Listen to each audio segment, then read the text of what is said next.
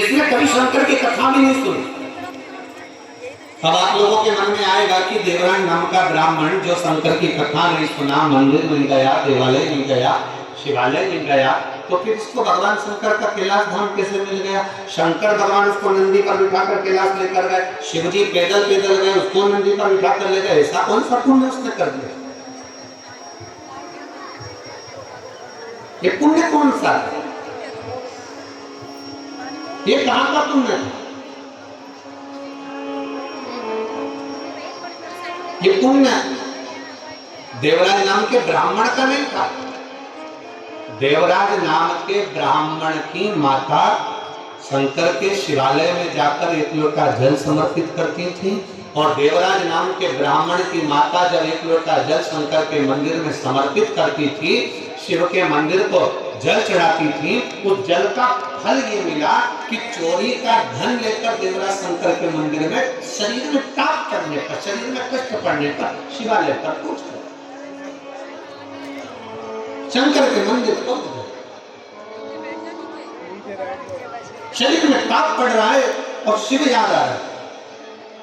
आप सबसे निवेदन है, जितने आस्था चैनल के माध्यम से कथा सुन रहे हैं, जितने फेसबुक यूट्यूब के माध्यम से कथा सुन रहे हैं, जितने इस पवित्र फरीदाबाद हरियाणा की पवित्र भूमि से कथा सुन रहे हैं, आप सबसे निवेदन है, अगर आपकी दुख की घड़ी में शंकर याद आ रहा है, आपकी तकलीफ की घड़ी में शंकर याद आ रहा है, आपके कष्ट के समय पर शंकर याद आ रहे हैं, आपको हर पल शंकर का स्मरण आ रहा है, जरा सा कोई दुख आया और तुम एक लोटा लेकर अगर शिव के मंदिर पहुंच रहे हो, जरा सा कष्ट आया और तुम एक लोटा जल लेकर शंकर की चौखट पर जा रहे हो, जरा सा दुख आया, तुमने शिव का श्री शिवाय नमस्तुभ्यं का जाप करना प्रारंभ कर दिया, तो समझ लेना ये जल तुम खुद नहीं चढ़ा रहे हो, ये जल तुम शंकर के मंदिर में खुद नहीं जा रहे हो, तुम्हारे मुख से श्री शिवाय नमस्तुभ्यं तुम खुद नहीं बोल रहे हो, शंकर भगवान स्वयं तुम्हें अपना समझकर तुम्हारे से ये कर्म करवा रहे हैं, जिससे तुम भव से पार तुम तो करीब आए।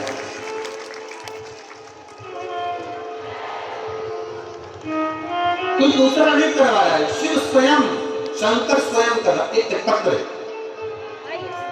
आज हम अभी पत्र तो हम पूरे नहीं पढ़ पाए, पर 2 पत्र हमने पढ़े।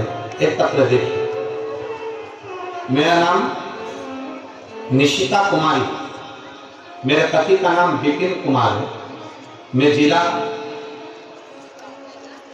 फरीदाबाद हरियाणा की रहने वाली हूँ, पर्वतीय कॉलोनी की रहने वाली हूँ, कहीं बैठी हूँ। पत्र को आप लोग देख सकते हैं। मेरा नाम निशिता कुमारी, मेरे पति का नाम विपिन कुमार है, मैं जिला फरीदाबाद पर्वतीय कॉलोनी हरियाणा की निवासी हूँ। कहीं बेटी है? बेटी हो तो हाथ हिला सकती हूँ। आप ही हैं? आ जाओ, एक बेलपत्र ले आना। जाइए, पर्वतीय कॉलोनी की रहने वाली हूँ। गुरुजी, शंकर की कथा और शंकर पर चढ़े हुए एकलौते जल का मैं क्या वर्णन करूं। कुछ दिन पहले बहुत स्वास्थ्य खराब हो गया था, बुखार सही नहीं हो रहा था, बाद में पता चला कि कान के पीछे एक गठान हो गई, सिर में कान के पीछे गठान हो गई। जब अल्ट्रासाउंड कराया तो गठान 20 mm की हो गई।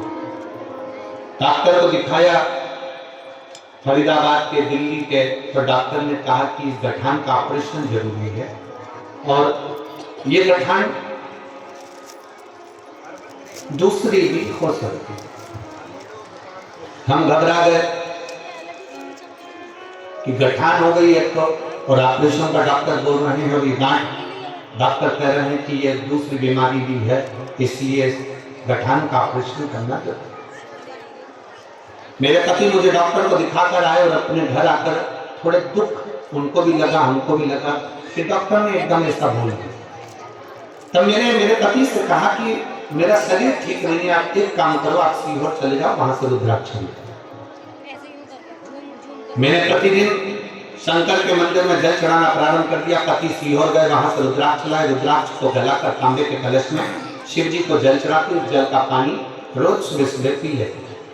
गुरुदेव डॉक्टर ने हमको 15 दिन दिए थे ऑपरेशन के लिए और कहा कि इसका ऑपरेशन बहुत जरूरी है कि बीमारी दूसरी। तब हम 15 दिन का हम समय लेकर आ गए और हमने कहा कि 15 दिन के बाद हम ऑपरेशन करा लेंगे। हम जल पीना प्रारंभ कर दिए, शंकर के मंदिर में झाड़ू लगाना प्रारंभ कर दिया, पोछा लगाना प्रारंभ कर दिए, शिव के मंदिर में जाने लगे, पशुपतिनाथ का व्रत करना प्रारंभ कर दिया और टीवी के सामने आसन लगाकर कथा सुनना प्रारंभ कर दिया। गुरुदेव, हम पहले आपको जानते नहीं थे, आपकी कथा पहली बार हमने श्रवण करना जब प्रारंभ करा टीवी के सामने, बाबा की ऐसी कृपा होगी गुरुदेव। हम दूसरी बार 15 दिन के बाद जब गांठ का ऑपरेशन कराने के लिए हॉस्पिटल में पहुंचे तो डॉक्टर ने फिर वापस अल्ट्रासाउंड कराया और उसमें सारी रिपोर्ट नेगेटिव बताकर कह दिया अब तुम्हें ऑपरेशन की जरूरत नहीं है, गांठ गल रही है, अब ऑपरेशन की जरूरत नहीं और कोई बीमारी तुमको दूसरी नहीं है, आप ठीक हो। मैं मेरे भोले बाबा को यहाँ पर प्रणाम करने के लिए गुरु जी आए। शिव तत्व की प्राप्ति। मेरा नाम निशिता कुमारी, पति का नाम विपिन कुमार, पर्वतीय कॉलोनी, फरीदाबाद, हरियाणा की रहने वाली।